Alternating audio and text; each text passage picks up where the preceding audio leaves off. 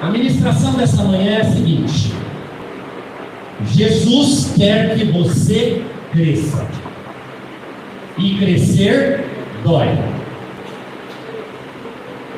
Dói ou não dói? Então vou repetir: Jesus quer que você cresça. E crescer dói. Quando você vê uma criança lá naquele berçário, quando eles saem da maternidade, você pega no colo, né, mãe? Amamenta, dá ali um leitinho, cuida, e aí leva para casa. Quando passa um mês, você vai tirar outra foto do bebê. Quando você olha, você fala o quê? Meu Deus, como cresceu? Porque tudo na vida requer crescimento. E quando a gente não cresce, quando nós estamos estagnados, parados, tanto na nossa vida pessoal, profissional, emocional e espiritual, alguma coisa está errada. Então eu quero compartilhar com vocês o texto de Efésios, para a gente começar. O capítulo 4 de Efésios.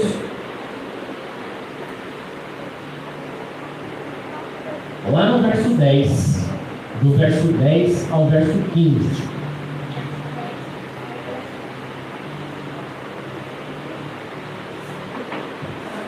Diz o seguinte o texto: aquele que desceu é o mesmo que subiu acima de todos os céus, a fim de encher todas as coisas. E ele designou alguns para apóstolos, outros para e outros para pastores. E quem é você? Já começa a se perguntar aí: quem é você? Porque o texto está dizendo que Jesus subiu ao céu e ele designou. Se ele designou, você está nesse balaio aqui. Você já sabe o que você é. E toda essa preparação tem uma finalidade. Esses ministérios, eles vêm a fim de preparar os santos para a obra do ministério, para que o corpo de Cristo, que somos nós, seja edificado, até que todos alcancemos a unidade da fé e do conhecimento do Filho de Deus, e cheguemos à maturidade, atingindo a medida da plenitude de Cristo. O propósito é que não sejamos mais como crianças. De quem é esse propósito? É do pastor Dodô? É da igreja de Galileu? De quem que é esse propósito? De Jesus. O propósito é que não sejamos mais como crianças, porque criança é levado de um lado para outro pelas ondas, nem jogados para cá e para lá por todo o vento de doutrina, e pela astúcia e esperteza de homens que induzem ao erro. Antes, seguindo a verdade em amor, o que é para a gente fazer? Crescer em tudo naquele que é a cabeça, e a cabeça da igreja é Cristo. A cabeça da igreja não é pastor, a cabeça da igreja não é apóstolo, a cabeça da igreja não é superbispo. A cabeça da igreja, o cabeça da igreja é Jesus. É Ele quem te chamou, foi Ele quem te lavou, quem te remiu, quem justificou você, quem escreveu teu nome no livro da vida. É para Ele que você deve crescer e se desenvolver, para na igreja onde você está plantado, frutificar. Não é para pastor. Sabe por que é importante dizer isso? Porque às vezes as pessoas estão na igreja e estão pensando o seguinte: eu não vou fazer nada para esse pastor aí, eu nem vou com a cara dele, aquele que é legalzinho, tem uns irmãos da hora.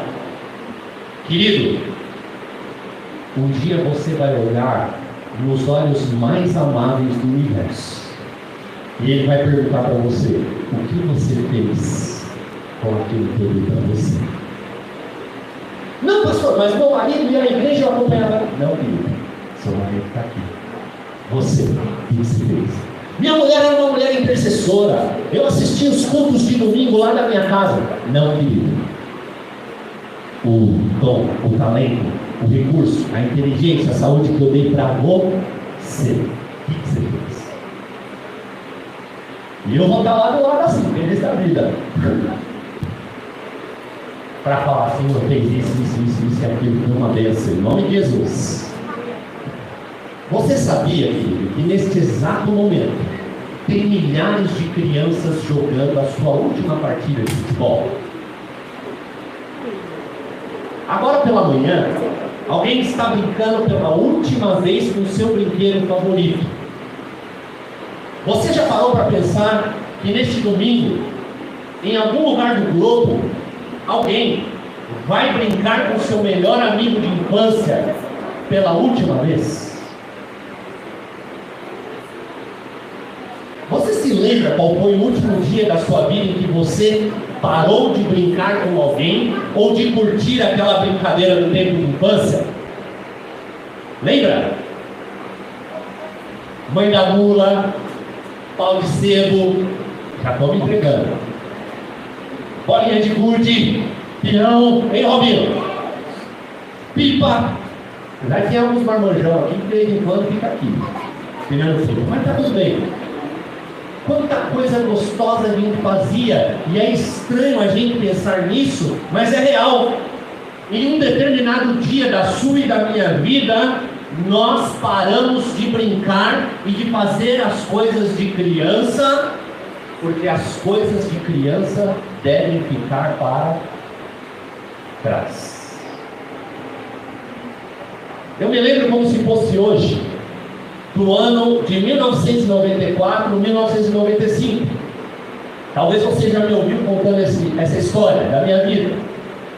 Mas a minha vida mudou demais naquele ano. Eu estudei na mesma escola desde pequenininho, então eu fiz o primeiro ano, era até a 8ª série naquela época, estudei no mesmo local. Me formei em 1994. E naquela época a gente tinha que fazer um vestibulinho para entrar nas escolas. Então um ia para o Camargo Aranha, outro ia para o Aprígio Gonçalves, outro ia para o Liceu, outro ia para vários lugares ali, para São Judas, e você ia conhecendo e tal. E eu fui estudar num colégio chamado, não lembro agora o colégio, Colégio São Paulo. É isso? Minha mãe está aqui, não me deixa mentir sozinho, hein? Fui estudar lá. E esse colégio era lá, quantos conhecem? Lá no Parque Dom Pedro. Quando você sobe o viaduto, ele é do outro lado do terminal Parque Dom Pedro, Robson. Só que naquela época era o seguinte: você só tinha as ruas, tinha aqueles pontos de ônibus que era de madeira, e os ambulantes.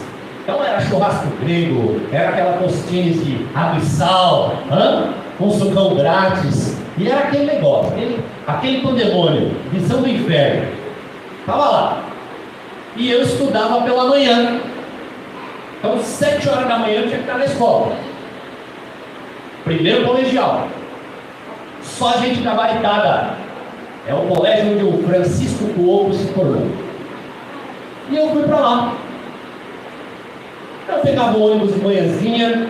Para chegar até lá era difícil. A gente dava aqueles passes. Lembra, gente, do passe? Lembra ou não lembra? Você tinha que descartar aquela cartela, aí você ia, juntava o dinheiro, somava, dava no computador ali, e de metrô era mais caro. Então tinha que ir de ônibus. E eu saía de manhãzinha, de madrugada, e aquilo foi virando uma tortura, uma desgraça, e eu ia para lá. E quando eu cheguei ali, tinha galera do terceiro ano, segundo e terceiro ano, os caras veteranos. E os caras começaram a gostar de mim, Terezinha, porque eu jogava bem vôlei. Mas jogava bem mesmo. Então os caras começaram a me incomodar. Vem pra cá, vem pra ali, vem pra cá, você joga bem, vai jogar aqui. E aí eu comecei a jogar. E a professora de educação física viu que eu era bom também. Comecei a jogar. Começamos a jogar campeonato, de jogar. E o que eu comecei a fazer? Abandonar a escola. Então eu chegava na escola, ia pra quadra. Todo mundo estudando e eu jogando, cabulando aula. E eu não tinha maturidade para entender aquilo, mas os meus pais estavam em casa trabalhando. E eu estava feito uma criança jogando. Num determinado momento, Chega no meio do ano, Vanessa, o que tem? Mas antes das férias, a gente passa por um purgatório chamado reunião de pais e mestres. Entendeu, querido? Qual é seu nome? Luciano, entendeu, Luciano? Já passou por isso, não já? E aí, reunião de pais e mestres. As matérias que eu subia, que eu estudava, era só nota boa. Eu não era bobinho. Mas a maioria não ia. E aí, pela graça de Deus, minha mãe falou para o meu irmão mais velho: vai você lá na reunião que eu não posso. E aí meu irmão foi lá. Quando ele saiu da reunião, ele olhou para minha cara, irmão mais velho, 3 anos mais velho, o que ele fez? Tá ferrado. Vou falar pro pai, vou falar para a mãe. É cômico, mas um dia foi trágico. E ele chegou em casa e contou tudo pro meu pai e pra minha mãe. E aí o bicho pegou, hein? Sabe o que aconteceu? Eu tive que sair daquela escola. Minha mãe me matriculou em uma outra escola aqui perto para estudar à noite, no famoso Pena. E de 14 para 15 anos de idade, eu tive que crescer e eu fui trabalhar. Vai trabalhar, vagabundo. Está brincando? Vai trabalhar. E graças a Deus pela vida do meu pai e da minha mãe, que fizeram isso. E eu comecei a trabalhar nessa metalúrgica e comecei a estudar na parte da noite. E ali foi o dia, talvez, o dia eu não lembro, mas foi o ano que eu tive que crescer. E na nossa vida espiritual, não é muito diferente, Carlinhos. Jesus, através do Espírito Santo, está todos os dias trabalhando nos nossos corações para que a gente possa crescer. Crescer espiritualmente também dói. Dói porque nós saímos do universo do me dá, me dá, me dá, eu quero, o que eu vou receber, o que eu vou ganhar em troca, o que eu vou ganhar com isso, eu preciso.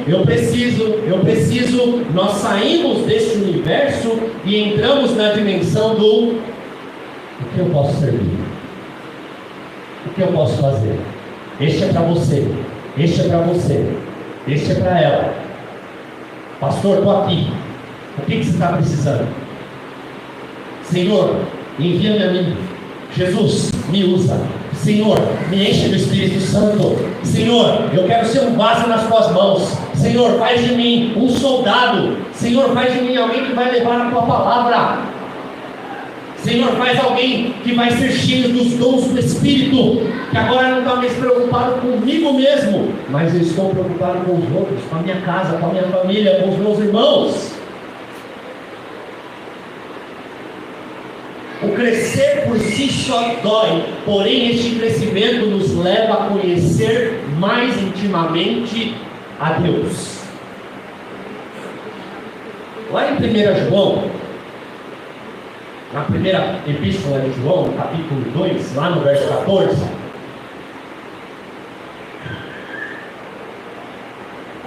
João vai dizer o seguinte, o apóstolo do amor: filhinhos, eu lhes escrevi porque vocês conhecem o Pai. Pais, eu lhes escrevi porque vocês conhecem aquele que é desde o princípio. Jovens, eu lhes escrevi porque vocês são fortes e em vocês a palavra de Deus permanece e vocês venceram o maligno. Então, João elenca aqui 3 tipos de cristãos. E ele, na inspiração divina, é extremamente assertivo, Gabriel, quando ele denomina aqueles que conhecem a Deus desde o princípio como pais. É óbvio que nem todos aqui tiveram a figura do pai. Talvez você foi criado só pela sua mãe. Talvez o seu pai morreu quando você era muito jovem. Mas dentro de um contexto de família, onde nós temos pai, mãe e filhos, a figura do pai está sempre relacionada a alguém que provê. alguém que sustenta, que direciona, que mostra o caminho, alguém que acorda mais cedo, dorme mais tarde, que carrega o piano nas costas, que traz a sensação de segurança e bem-estar para a família.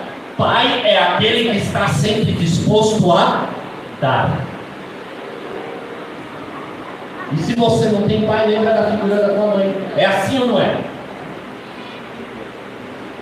E isso é tão revelador para nós que somos pais na fé e que já entendemos que Jesus, desde o princípio, sempre esteve disposto a dar. Pois quando mais nós damos, mais nós recebemos.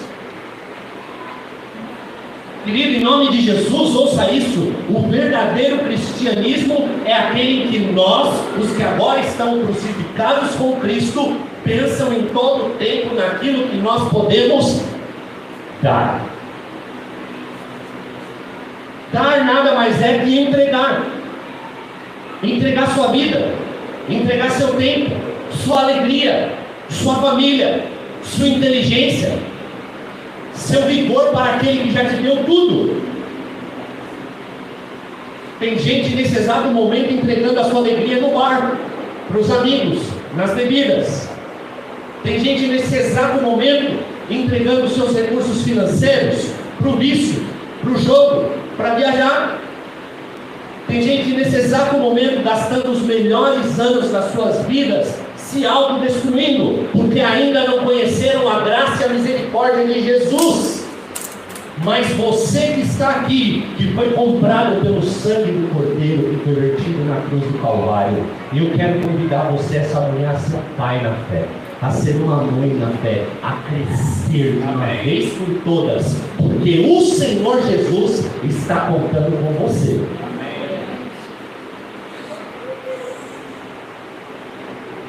O final disso tudo, para nós cristãos, é tão maravilhoso, que quanto mais você dá, mais você recebe. Quanto mais você entrega, mais Jesus te abençoa. Quanto mais você abre mão, mais Jesus te prospera. E o contrário também é verdade. Quanto mais você semeia no espiritual, mais você colhe no espiritual, mais você vai experimentar de Jesus e de Deus na sua vida, e mais Ele vai se revelar a você. Nesses últimos anos, nós temos visto e presenciado nos púlpitos das igrejas um cristianismo completamente oposto a isso aqui que eu estou pregando para vocês nessa manhã. É uma mensagem que vem de encontro ao coração das pessoas para infantilizar e neutralizar os crentes, os filhinhos, neutralizar o seu crescimento. É uma mensagem demoníaca que tem vindo dos púlpitos para fazer você um crente com a síndrome de Peter Pan. É uma eterna criança, nunca cresce. E está cheio de gente aí fora com a síndrome do Peter Pan. Não quer crescer, não quer ter responsabilidade, não quer abraçar o reino, não quer abraçar as coisas do alto, não quer abrir mão, não quer tomar a sua cruz e seguir. As pessoas estão querendo saber o seguinte: que louvor vai ter nessa manhã? Que palavra esse pastor vai trazer para mim? Que oração poderosa ele vai fazer que a minha vida financeira vai mudar? Isso é coisa de Cristo. É a mensagem do pare de sofrer. Venha para Jesus e pare de sofrer. Venha do jeito que você está, meus amigos e irmãos da Supergraça, e fique como você quiser, que não tem nada. A mensagem do filhinho querido: pode quebrar seus brinquedinhos, pode bater na carinha da professora, pode cuspir na carinha do papai e da mamãe, pode ficar tranquilo, filhinho, porque Jesus é amor, e no final todo mundo vai ser salvo. Não vai!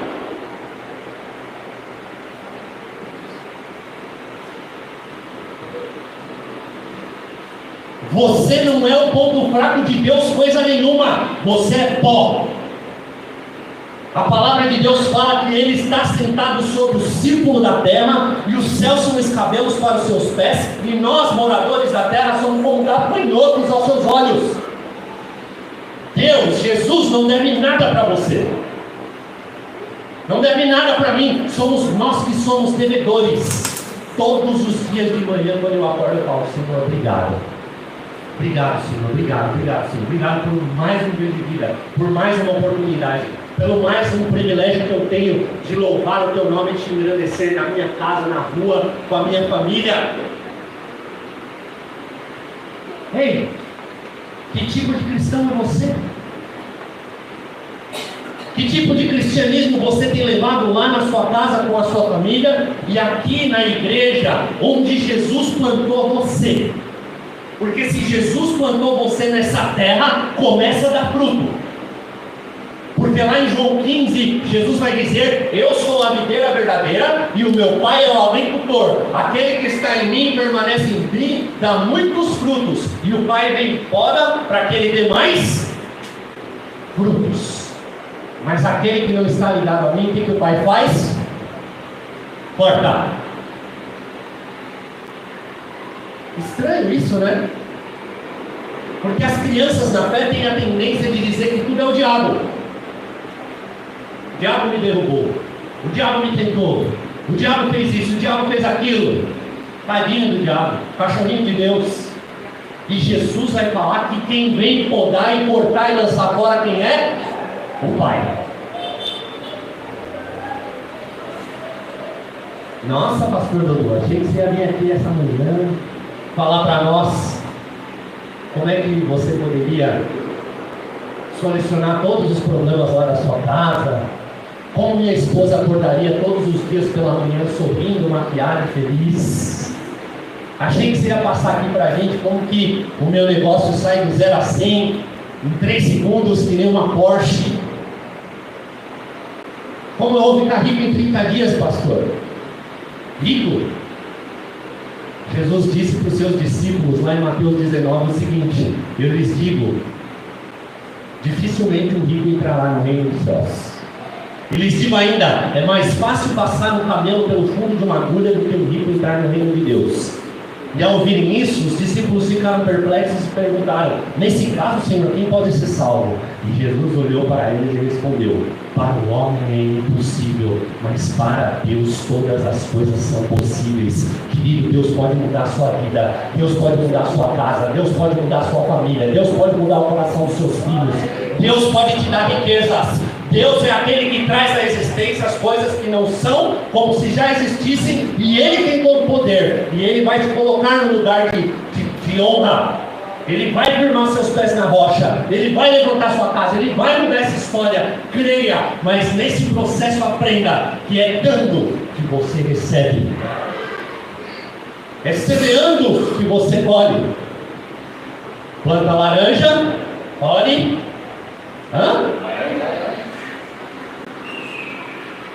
Será que você não está plantando giló lá querendo colher laranja? Avalia aí. Quer saber que tipo de crente você é?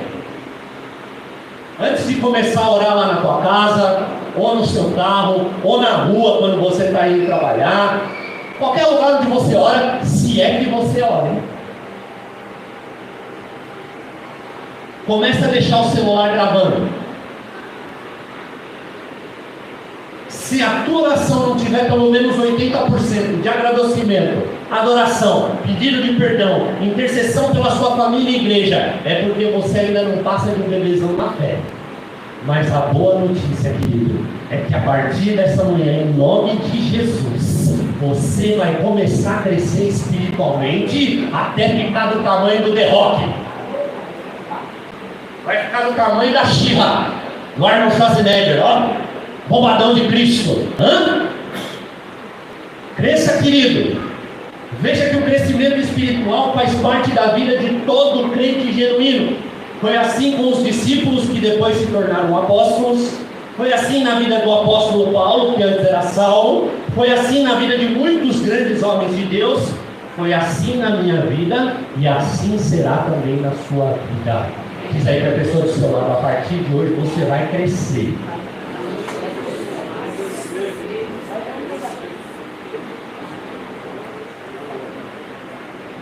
Nós temos vários exemplos que a Bíblia nos traz de crescimento. Mas eu quero tratar aqui de um personagem muito caricato, muito explosivo e muito menino de alma. Então, para começar, eu vou falar a respeito do menino, do ingênuo menino Pedro, para provar para você como a gente precisa crescer e o porquê nós precisamos crescer. Mateus 16. Vai estar aqui na tela, Mateus 16, do verso 20 ao 24.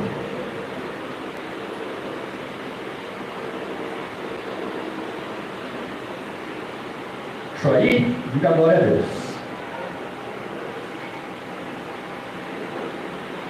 Então Jesus ordenou aos discípulos que não dissessem a ninguém que ele era o Cristo. Desde esse tempo, Jesus começou a mostrar aos discípulos que era necessário que ele fosse para Jerusalém, sofresse muitas coisas nas mãos dos anciãos, dos principais sacerdotes e dos escribas, fosse morto e no terceiro dia ressuscitasse. Pastor, está falando da pessoa certa? É Jesus mesmo? Será que Jesus estava em pecado? Jesus estava passando por angústia, agonia? Estava atribulado Jesus? É, querido, Jesus, o Filho de Deus. Ele está dizendo para eles assim: garotada, criançada, reúne aqui em volta do tio. Deixa eu dizer para vocês, eu vou para Jerusalém, eu vou sofrer, vão me espancar, vão me bater, vão me julgar, vão mentir contra mim, e eu vou ser morto. Mas no terceiro dia eu vou ressuscitar. E então, o menino, a criança chamada Pedro, tira Jesus à parte. Vem cá, Gabriel, rapidinho. Fazer o Gabriel aqui do meu exemplo. Imagina que Gabriel é Jesus. E Jesusão, hein? E aí Pedro tira Jesus à parte. Fala assim: mestre, entendi aí que você está falando essas coisinhas aí e tal. Deixa eu falar um negócio para você. Não está legal, né? Esse papinho aí que o senhor está falando está queimando o nosso filme. Que o Senhor Deus não permita você passar por essas coisas. Aliás, é o Filho de Deus, você é tão lindo, você é tão cheiroso, você é tão querido, tão cheio de poder. Você não merece isso. Você não merece estar sofrendo, você não merece passar por esse deserto. Eu sou mais você, Jesus. Para com esse papinho aí. Para que isso? A gente é mais que vencedor, já esqueceu? Já esqueceu que o Senhor abriu o mar, todos os milagres que aconteceram na nossa vida através do Senhor? Para com essa história. E aí, sabe o que Jesus falou para Pedro?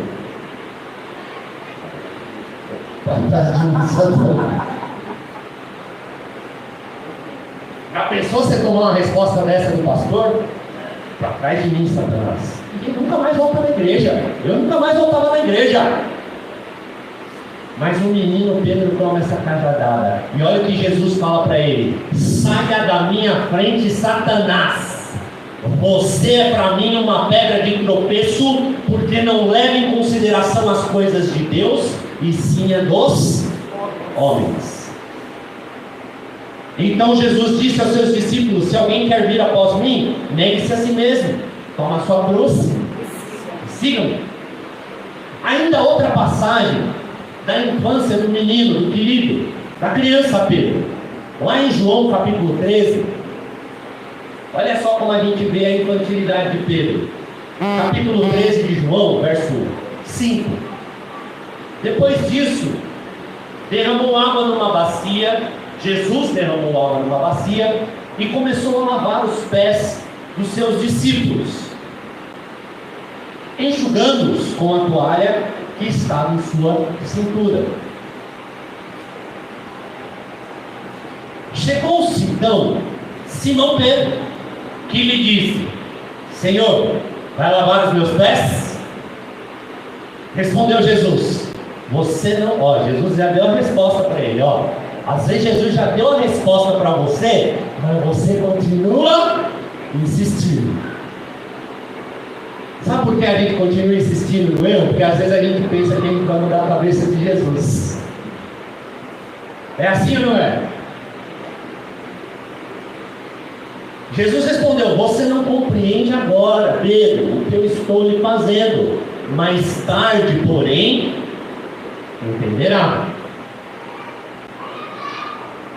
Toda bênção, toda maravilha, toda riqueza que vem do Pai das luzes, que desce do alto, em quem não há mudança e nem sombra de variação, ela passa pela aprovação do tempo.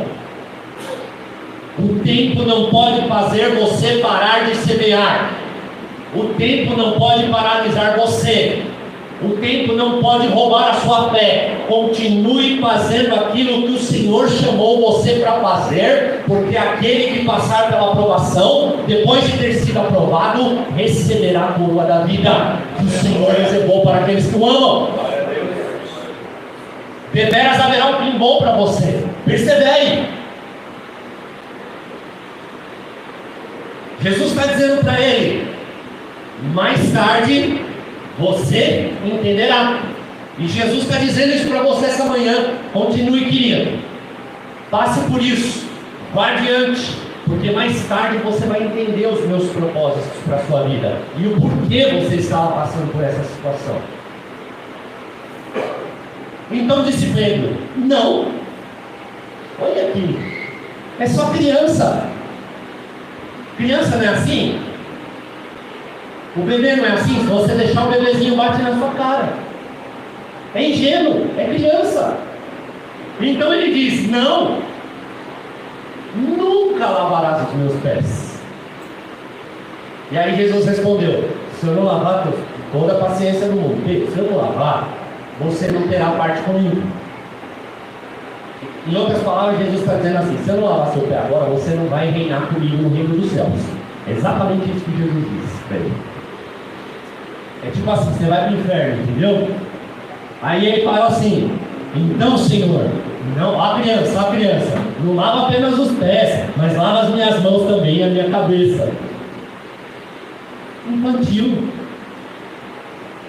E por fim, o último dia, o dia em que Pedro definitivamente parou de ser criança. Lembra lá de 1995? Que eu acabei de contar para você? Quando eu tive que parar de ser criança? Chegou um dia que Pedro teve que parar de ser criança. E esse dia está registrado na Bíblia. Mateus capítulo 26, do verso 33 ao 35, vai dizer o seguinte: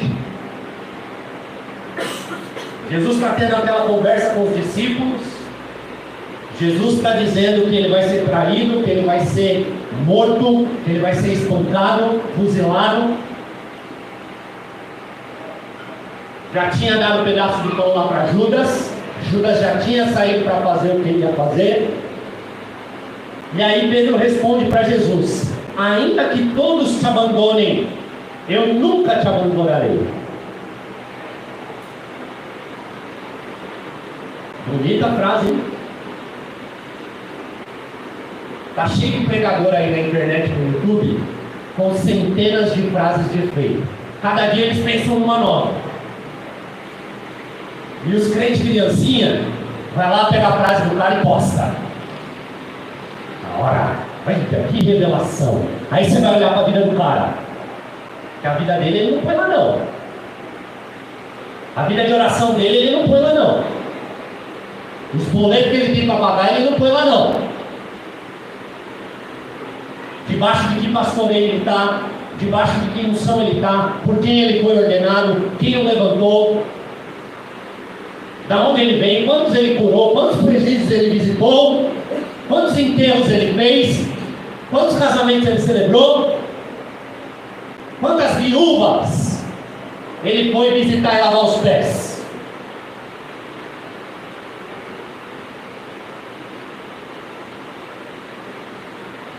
Ainda que todos te abandonem, uma frase de Pedro: eu nunca te abandonarei. E Jesus respondeu: assegure que ainda esta noite, antes que o galo cante 3 vezes, você me negará. Mas Pedro declarou: mesmo que seja preciso que eu morra contigo, nunca te negarei. Está cheio de gente por aí dando tapinha nas suas costas. Acorda! Está cheio de gente escrevendo para você assim, ó: tamo junto, grandão. Acorda! Está cheio de gente dizendo para você, conta comigo. Mas quando eles vão ver, querido, aí você vai saber quem está do seu lado. Aí você vai saber quem está lavando o banheiro da igreja, quem está chegando na igreja às 7 horas da manhã, 2 horas antes do culto para orar, para ensaiar, que está dando dinheirinho ali, investindo no reino de Deus. Aí você vai saber. E Marcos 14, 67 e 72, como a palavra do Senhor não volta vazia sem fazer aquilo que lhe apraz, diz que Pedro, aquecendo-se, olhou bem para ele e disse: você também estava com Jesus o Nazareno. Contudo, ele negou dizendo: não conheço, nem sei do que você está falando. E saiu para o alpendre. Quando a criada o viu lá, disse novamente aos que estavam por perto: era uma criada, hein? Está aí, é um deles. De novo ele negou. Pouco tempo depois, os que estavam sentados ali perto disseram a Pedro: certamente você é um deles. Você é Galileu. Profético, sim. Ele começou a se amaldiçoar e a jurar: não conheço o homem de quem vocês estão falando. E logo o galo cantou pela segunda vez. Então Pedro se lembrou da palavra de Jesus, que ele tinha dito: antes que 2 vezes cante o galo, você me negará 3 vezes. E pôs-se a, porque crescer dói.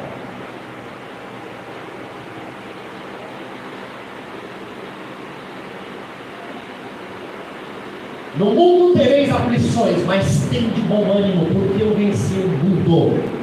Eu estarei com vocês todos os dias. Queridos, vocês vão ter aflições, vocês vão passar por lutas, vocês vão passar por tribulações. Só porque eu sou crente? Não, porque você é ser humano. E a gente vive numa terra caída. A gente vive num mundo destruído, corrupto, no governo de Satanás. Jesus não está reinando coisa nenhuma aqui, mas ele virá para reinar. E ele vai reinar com a sua igreja. Em meio à luta, em meio ao deserto, em meio à tribulação, creia que Jesus está preparando você para algo maior. Jesus está preparando você para te levar para novas alturas, para novos horizontes, para nova frutiscência, para novos dons, para um novo amor, para uma nova etapa da sua vida. E todos que verem a obra que Ele está fazendo em você dirão: é o Senhor na vida dele, porque por Ele mesmo Ele não poderia fazer isso. Glória a Deus. Sabe, querido, é bom ser criança. Não tem nada demais em ser criança. O problema é querer ser criança a vida inteira. Jesus ama as crianças na fé. Se você é uma criancinha na fé, boa notícia, Jesus te ama, mas Ele sabe que Ele não pode contar com você.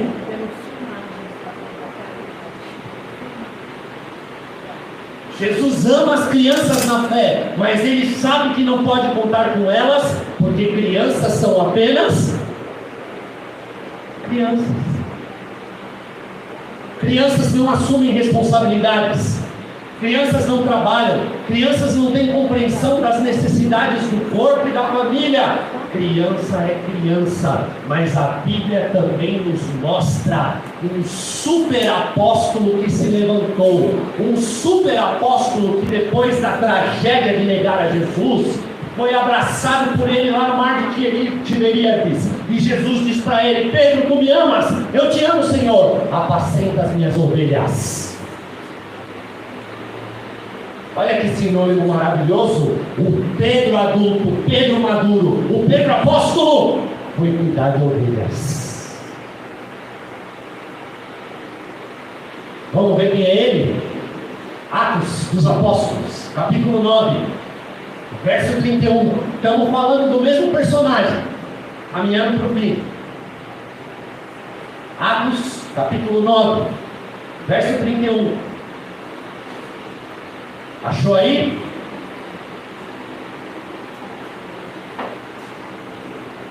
Diz o texto: assim a igreja tinha paz por toda a Judéia, Galiléia e Samaria. edificando-se e caminhando no temor do Senhor e no consolo do Espírito Santo. Jesus não estava mais aqui.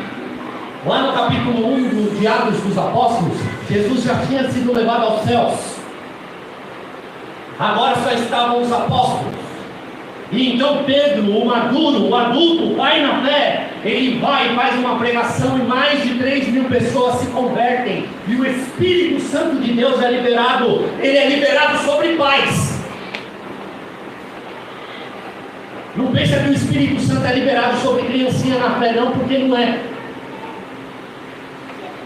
Quando eles estavam reunidos ali naquele lugar, veio como um vento impetuoso, e línguas de fogo os batizaram, e eles foram empoderados como maduros, adultos na fé, a pregar a palavra. Então esse Pedro prega, e mais de 3.500 pessoas se convertem, e a igreja estava indo bem. No consolo do Espírito Santo, ela crescia em número. E vai dizer o texto que, passando Pedro por toda parte, foi também visitar os santos que moravam em Lida. Encontrou ali certo homem chamado Enéas, que havia 8 anos jazia na cama, pois era paralítico. Pedro lhe disse: Enéas, Jesus Cristo te cura. Levante-se, arrume a sua cama. E ele imediatamente, glória a Deus, aleluia. Todos os habitantes de Lida e da região de Saron viram Enéas e se converteram ao Senhor. A sua maturidade na fé vai fazer com que as pessoas se dobrem ao Evangelho e ao governo do Senhor Jesus na vida delas.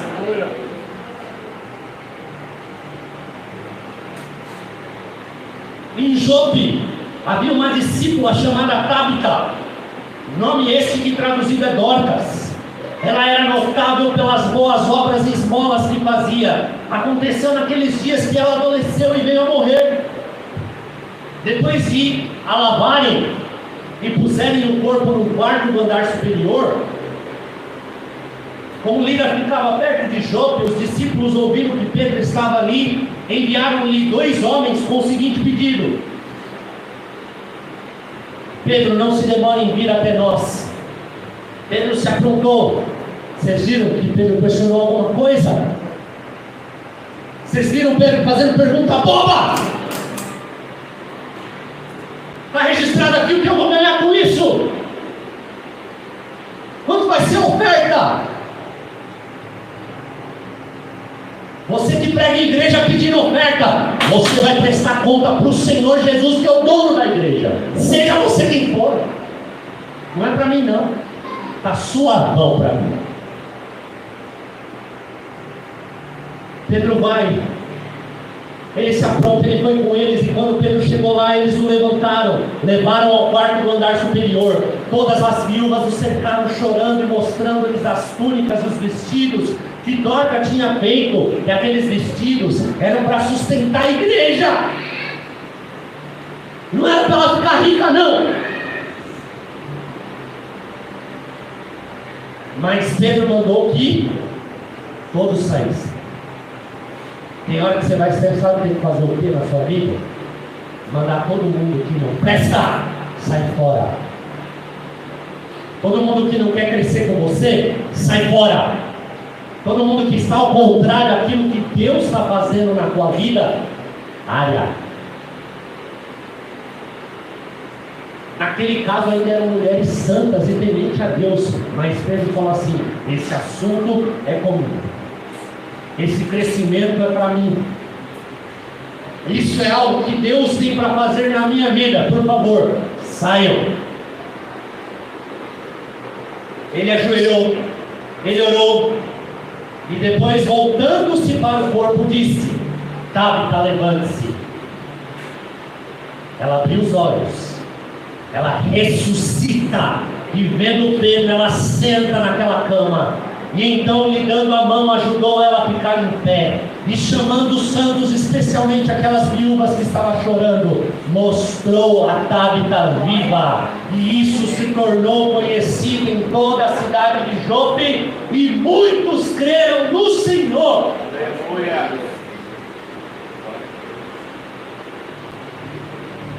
Que tipo de cristão você quer ser?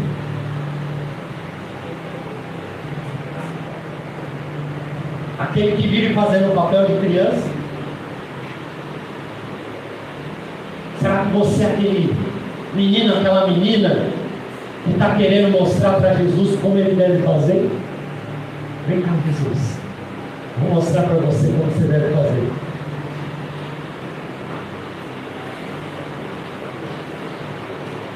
Aquele crente que ora confessa Jesus, dependendo do ambiente que está, passado algum tempo já está negando ele, já voltando para a vida que você vivia desgraçada, maldita.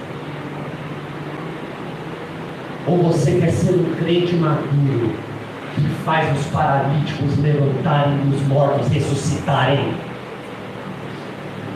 Aquele cristão onde chega as pessoas falam, verdadeiramente essa é uma mulher de Deus, verdadeiramente esse é o nome de Deus. Quando tem um problema, chama o fulano porque ele vai orar, e a glória de Deus vai se manifestar na nossa casa, porque é isso que Jesus tem para você, querido, é isso que Jesus tem para a sua vida. Sabe o que Jesus disse a seu respeito? Aqueles que crerem e seguirem farão sinais e maravilhas ainda maiores das que eu fiz. Está aqui o Pedro adulto, levantando os paralíticos e ressuscitando os mortos. É isso que Deus tem para você, querido. Deus vai fazer isso para que todo esse bairro se ajoelhe na presença dele. Porque aquilo que me chamou é fiel.